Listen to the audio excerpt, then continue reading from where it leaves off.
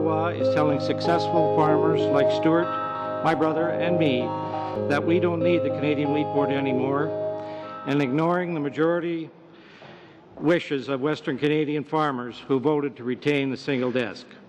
According to our Minister of Agriculture, the Internet has somehow done away with the benefits we get through marketing together in a global grain system that is dominated by a handful of giant companies.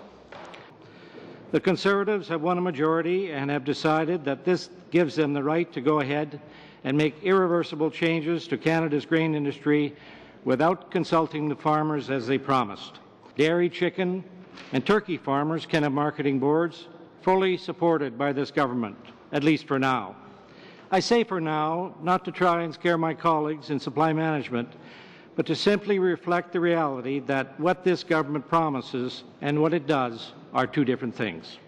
Ignoring Section 47(1) means the Harper government has denied all farmers their legal right to have a say in the future of the CWB, whether those farmers are big or small, young or old, organic or conventional. I'd like to know if you have ever met with the entire board of elected wheat board directors. I've met with a number of the directors from time to time. I've never been allowed to attend a board meeting. I've asked a number of times to do that. They've always said, now's not a good time, the directors don't really want to hear from you. You know, there's a number of different reasons that I've been told, and I was never allowed to attend a board meeting.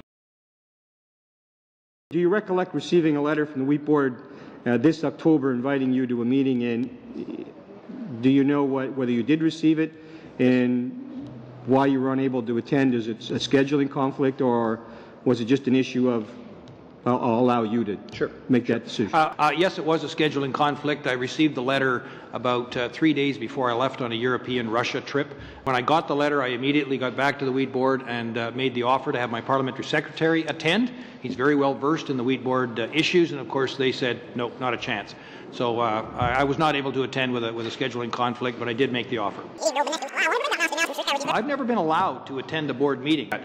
Yes, it was a scheduling conflict. I received the letter about 3 days before I left on a European-Russia trip.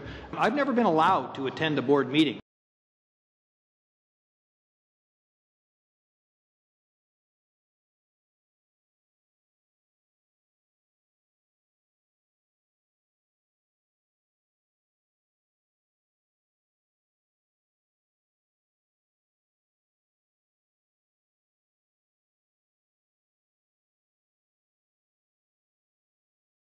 Minister Ritz made his promise to a group of farmers in Western Manitoba in March of this year, when he said that the Harper government respects the vote of farmers who have consistently elected a majority of Canadian Wheat Board directors who favour the single desk. There wouldn't be any attempt to impose dual marketing on the CWB unless a majority of producers voted for it, he told them, and I quote, "Until farmers make that change, I'm not prepared to work arbitrarily." He said, "They, italics farmers, are absolutely right to believe in democracy. I do too."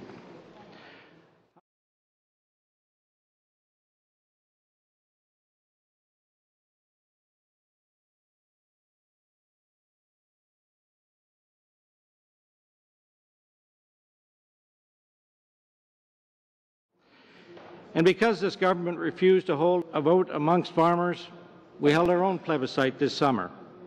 Almost 40,000 farmers participated. A majority of them chose to retain the single desk marketing system for wheat and for barley. Why? Because the single desk system puts more money in their pockets. It's as simple as that. You can spin this issue as much as you want. You can compare spot to pool prices. You can shout about it till you're blue in the face. But nothing can change the simple economic fact that one seller of a product will always be able to command a higher price for that product than with multiple sellers. That is why farmers voted to retain the single desk, but this government refuses to listen to farmers.